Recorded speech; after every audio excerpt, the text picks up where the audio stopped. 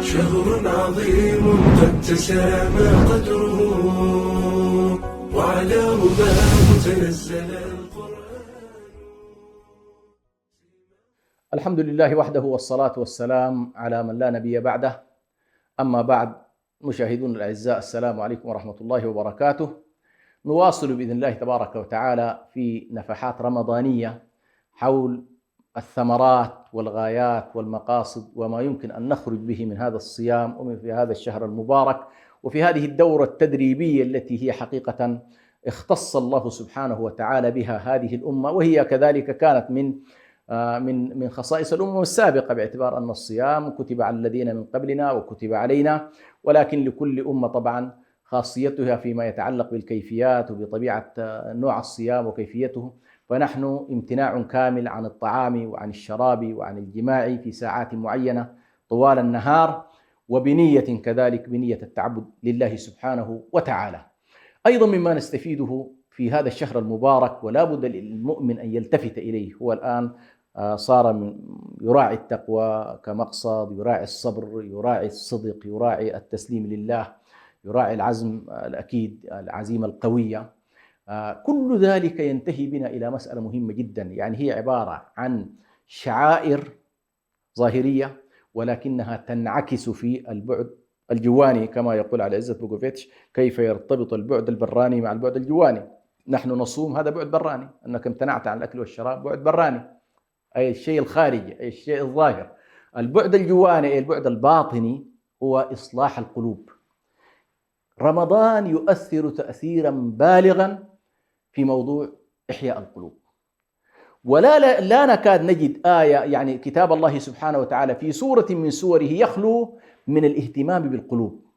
هذا القلب الذي أراد الله تبارك وتعالى أن يكون هو المحطة التي إذا صلحت صلح الجسد كله، وإذا فسدت فسد الجسد كله، كما أخبر النبي صلى الله عليه وسلم: ألا إن في الجسد مضغة، قال إذا صلحت أو صلحت صلح الجسد كله، إذا فسدت فسد الجسد كله. هذا القلب يحتاج إلى إحياء، لأن القلب يمرض والقلب كذلك يموت والعياذ بالله. عندنا 3 أنواع من القلوب: القلب الحي النابض بالإيمان، النابض بالتقوى، النابض بالشكر، النابض بالصبر، النابض بتلاوة القرآن، النابض بحب الخير للناس، النابض بالفاعلية اليومية في التحرك لهذا الدين. هذا القلب حي. وهنالك قلب مريض يتحرك تارة ويضعف تارة، يطيع تارة ويعصي تارة، يتقدم تارة ويتراجع أخرى. هذا قلب مريض. وهذا القلب هو الذي أحيانا تستهويه الشهوات، كما قال الله تبارك وتعالى: فيطمع الذي في قلبه مرض. يعني أصحاب القلوب المريضة ينحازون دوما إلى هذه، تحركهم الشهوات، تحركهم الشبهات. لكن الله تبارك وتعالى لا يريد لنا قلوبا مريضة ولا قلوب ميتة. الله عز وجل يريد لنا قلوبا حية تنبض بالحياة، تنبض بالرسالة، تنبض بالقرآن.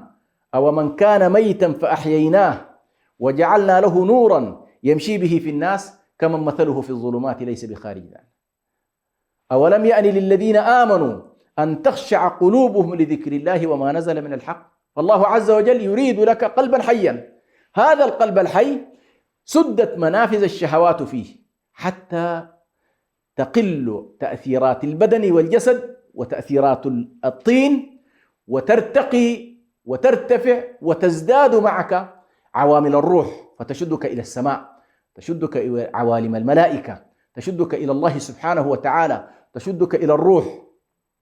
لأن الله تبارك وتعالى أرسل روحا إلى نبيه عليه الصلاة والسلام: أوحينا إليك روحا من أمرنا ما كنت تدري ما الكتاب ولا الإيمان ولكن جعلناه نورا تمشي به.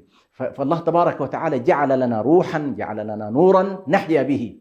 هذا القلب عندما يضيق على الإنسان منافذ الطعام ومنافذ الشراب ومنافذ الشهوات الجنسية، عندما تضيق هذه ويضمر جسد الإنسان ويضعف تقل الشهوة.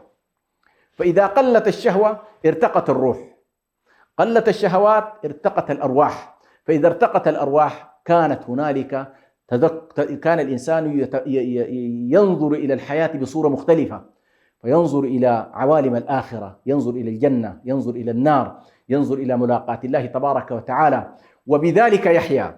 حياة القلوب إنما تكون باستحضار معية الله، حياة القلوب إنما تكون بأن تذكر الله، حياة القلوب إنما تكون بأن ترتبط مع القرآن الكريم، حياة القلوب إنما تكون باستحضارك لدورك في نهضة الأمة، حياة القلوب إنما تكون بأن تفرح بما يفرح له أهل الإسلام، وأن تحزن بما يحزن له أهل الإسلام.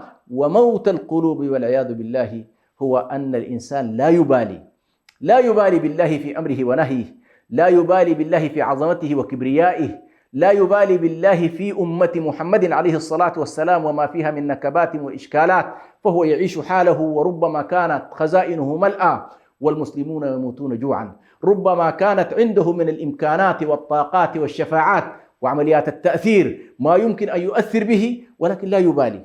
هذا الشخص الذي يعيش لذاته ويكون عبدا لنزواته، هذا العبد يقول فيه النبي صلى الله عليه وسلم: تعس عبد الدرهم، تعس عبد الدينار، تعس وانتكس، وإذا شيك فلا انتقش.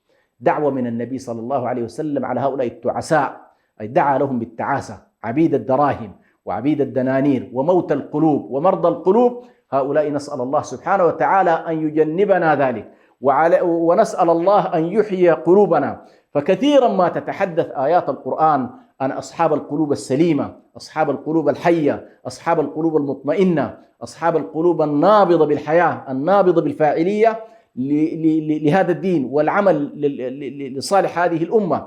فنحن من خلال رمضان أيضا نتعلم هذا الدرس الكبير وهذا الدرس العظيم، هو كيف نخرج من دائرة القلوب المريضة. لأن غالبا المسلم لا يصنف أن قلبه ميت، لأنه إن كان قد مات قلبه فهو إما منافق وإما كافر والعياذ بالله. لكن قد يمرض قلب المؤمن بعد أن شهد أن لا إله إلا الله وشهد أن محمد رسول الله. هذه اليقظة الأولى، هذا النور الإلهي الذي أطل ودخل على قلب المؤمن، لا يمكن أن يصل إلى مرحلة الانطفاء الكلي إلا إذا كان والعياذ بالله قد أعمى الله بصره وأعمى الله سمعه، ورانت الذنوب على قلبه، وأحيطت به خطاياه أو خطيئته. حينها لا يكون مسلما بطبيعة الحال. ولكن نحن قد يكون المسلم مريض القلب وقد يكون سليم القلب، أما الكافر والعياذ بالله فهو أعمى القلب، أعمى البصيرة، ميت القلب، ميت الضمير. فالله عز وجل يخاطبنا بأن نكون من أصحاب القلوب الحية حتى يرضى الله تبارك وتعالى عنا. يقول الله عز وجل: يعني لا يرضى إلا من جاءه بقلب سليم. فنحن نريد أن نأتي إلى الله سبحانه وتعالى بقلوب سليمة، ورمضان يحثنا على ذلك. ولكن أيضا أذكر مرة أخرى بأن أصحاب القلوب الحية عندما يحيا القلب شعائريا وإيمانيا وتصوريا ويحيا الضمير الداخلي، لا بد أن ينعكس في ساحات الحياة العامة وساحات الحياة الفسيحة، وينعكس ذلك على الأمة في ساحاتها المختلفة. وإلا ما معنى أن تكون أنت حي القلب ولكن هذا القلب لا ينبض لا يؤثر في الجوارح؟ والنبي صلى الله عليه وسلم ذكر بأن القلب إذا صلح لا بد أن تصلح معه الجوارح. فهنا الجوارح هي الساحات العامة التي نحن إن شاء الله نتحرك فيها بعد إصلاح قلوبنا. والسلام عليكم ورحمة الله وبركاته. شهر عظيم قد تسامى قدره، وعلى رباه تنزل